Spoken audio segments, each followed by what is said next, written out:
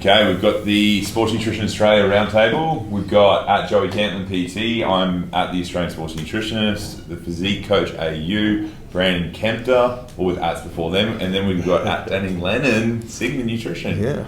Yeah. Welcome, man. Thank you. It's a pleasure. Okay, let's. We were having a great conversation last night, and I have said to you, let's get stuck into it with this today. The premise was research that is being contributed that can throw out the consensus and, I guess, the current loopholes in the peer review process. Is that how you would term it? Yeah. So I don't know where the best place to start. So first, probably as a caveat, this is not within like nutritional science, health science at the moment. And I think there's some areas of peer-reviewed research that are more susceptible to some of the types of things I'll talk about in a moment.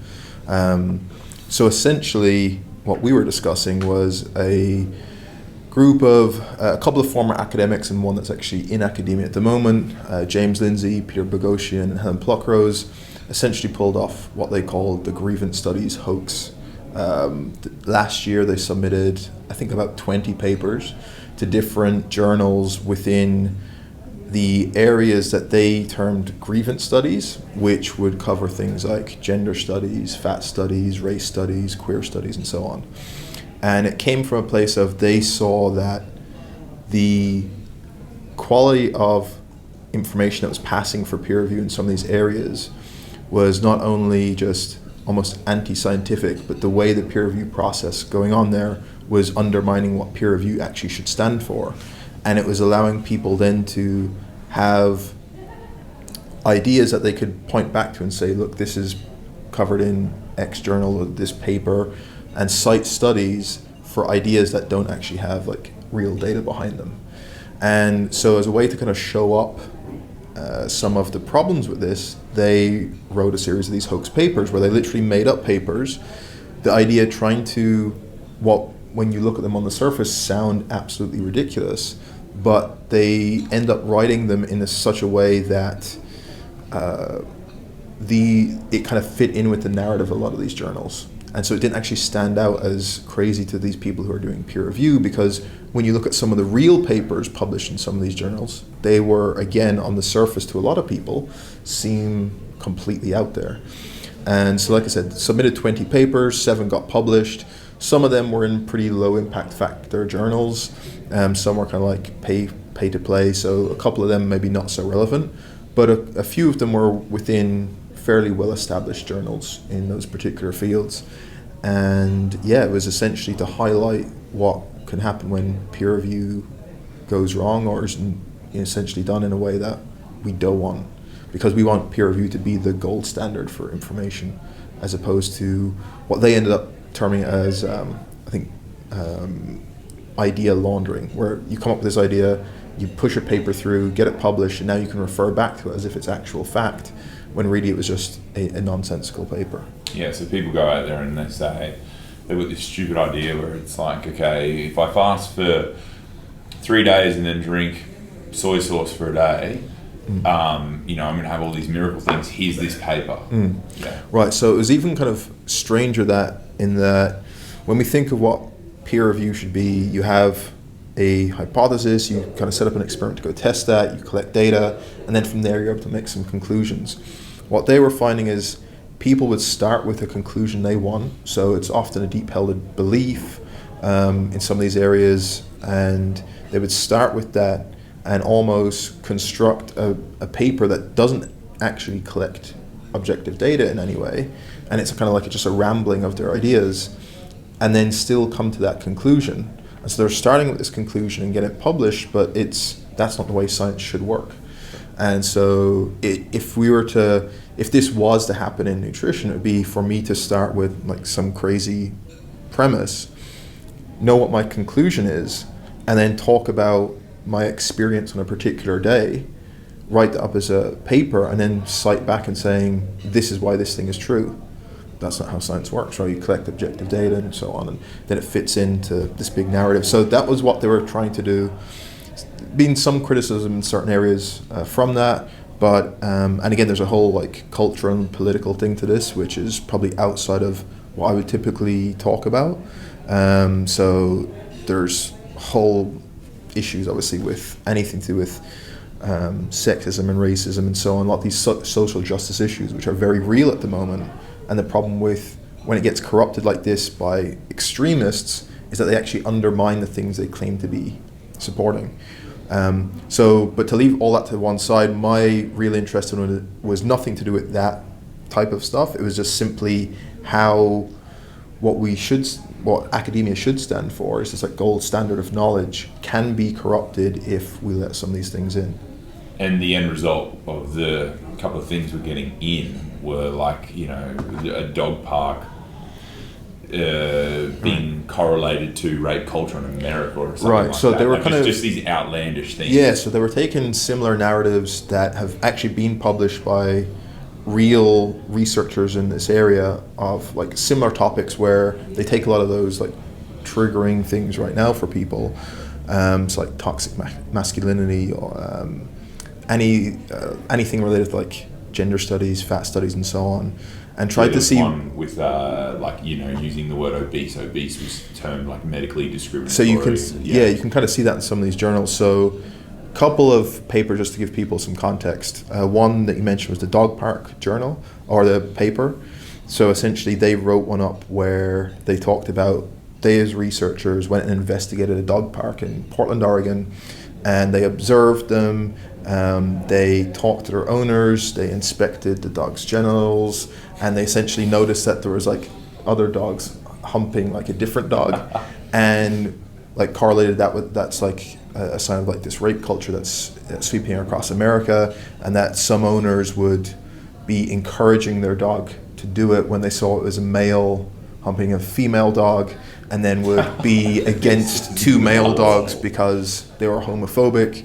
And then essentially they kind of brought it around to a conclusion of how you can train dogs out of this by like using leashes and so on, and kind of suggested maybe some of these things could be used within humans to get rid of this rape culture we have and this kind of homophobia and so on.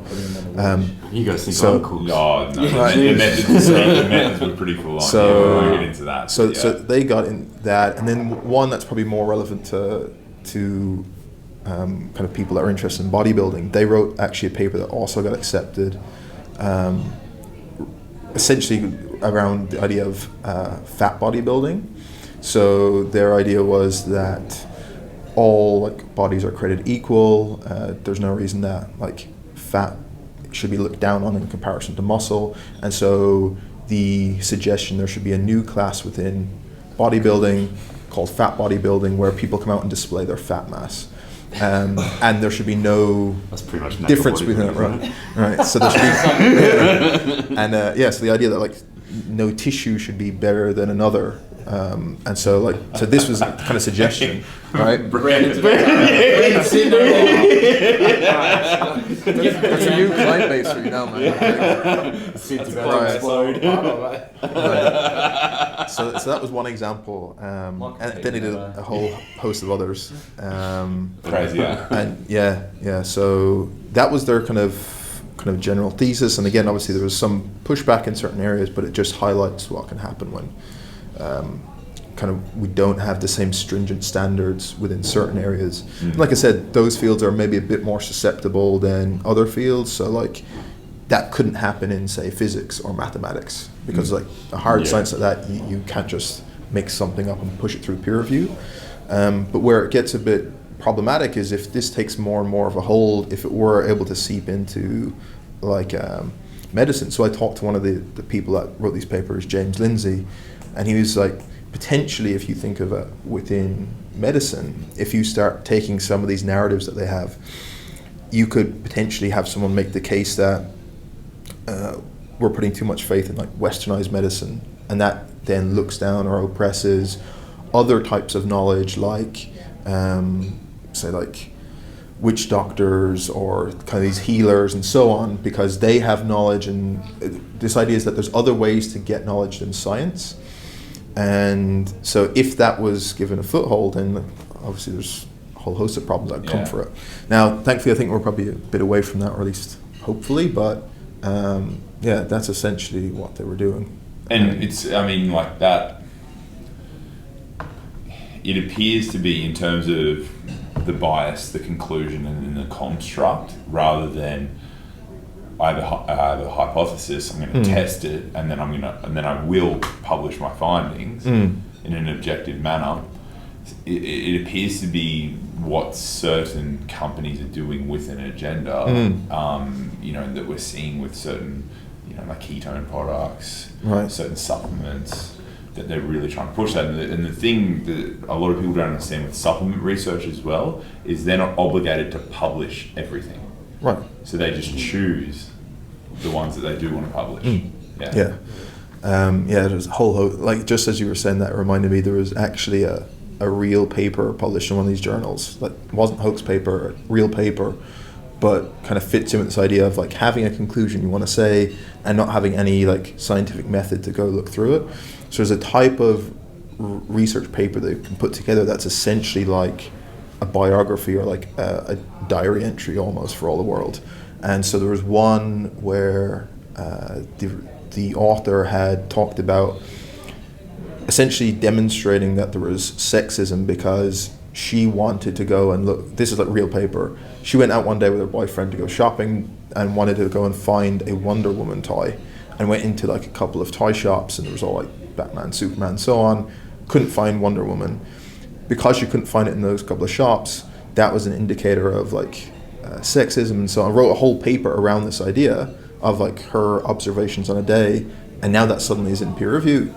And so that can be problematic in the sense that, not that like observations are really useful, but what we should do in science is we take an observation and then say, well, this happened, I wonder why it did, here's why I think it is, here's our hypothesis, now let's go and test it.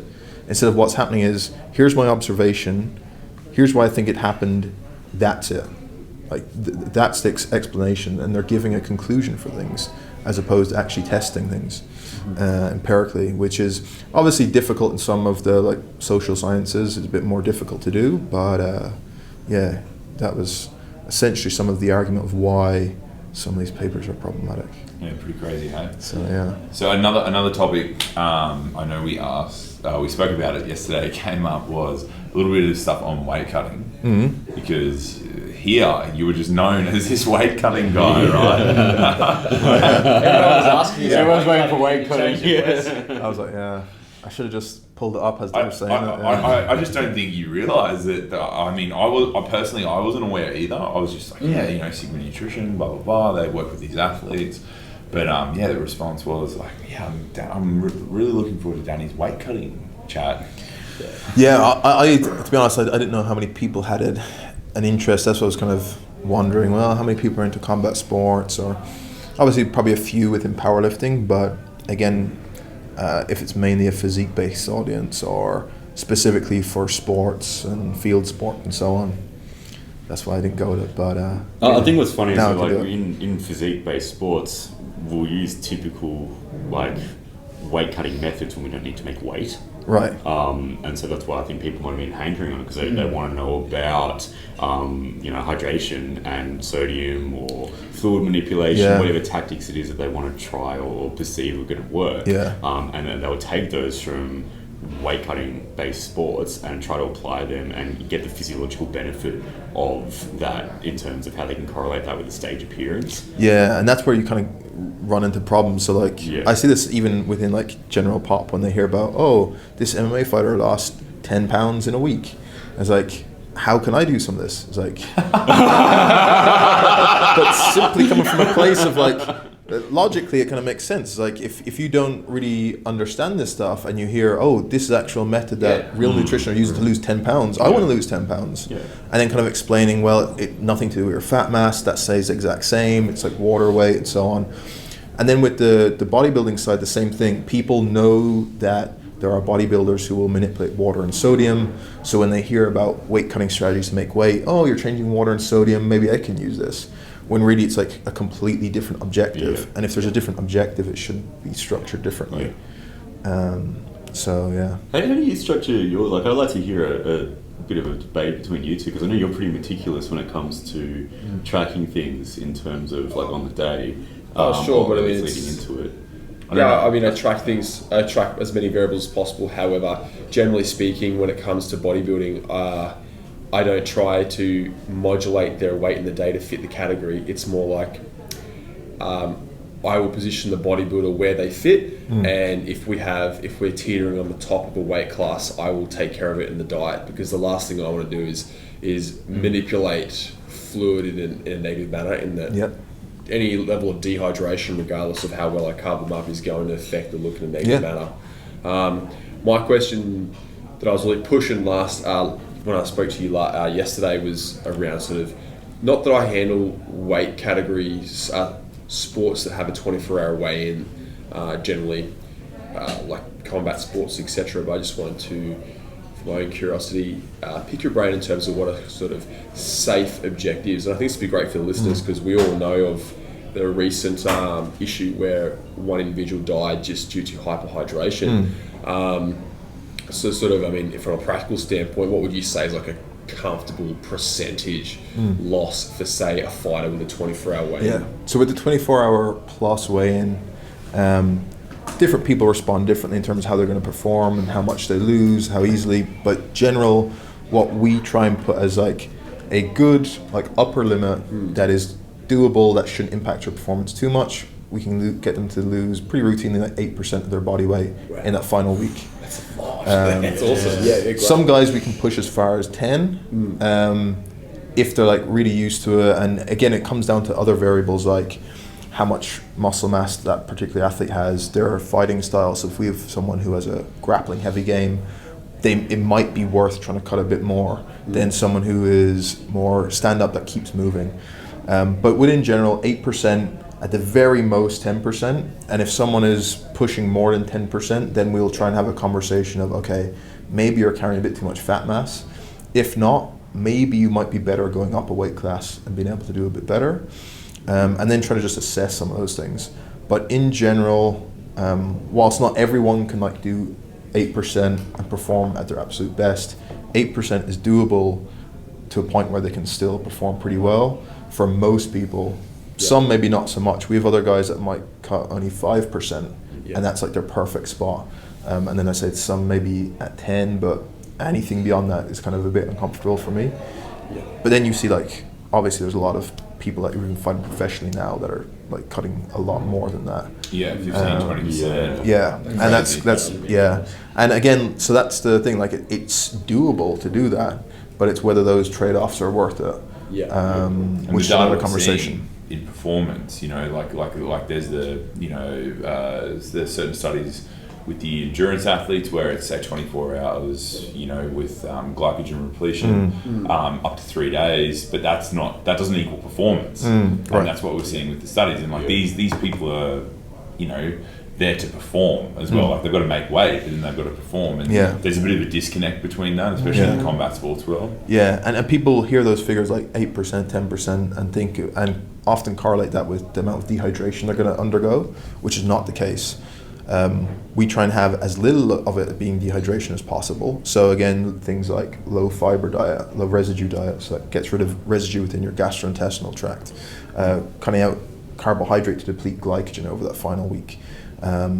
Those things will, again, lose a certain amount of weight, a few kilos. That means that percentage comes down of actually how much is from water loss.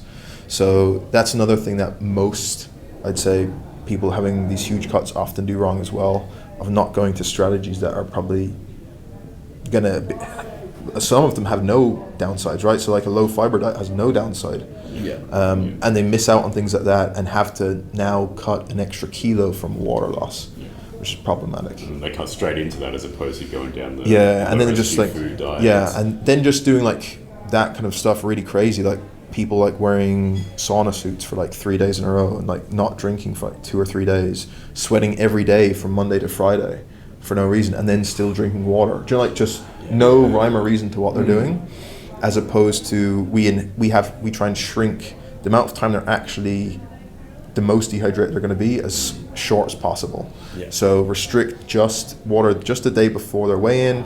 If they need to sweat stuff out, as close to the weigh-in time as possible. If they need to jump in a sauna or so on, for that final little bit, so that when they're at their worst condition, it's for the shortest period of time possible. Yeah. As opposed to guys walking around for 3 or 4 days, like severely dehydrated, you're just asking for trouble.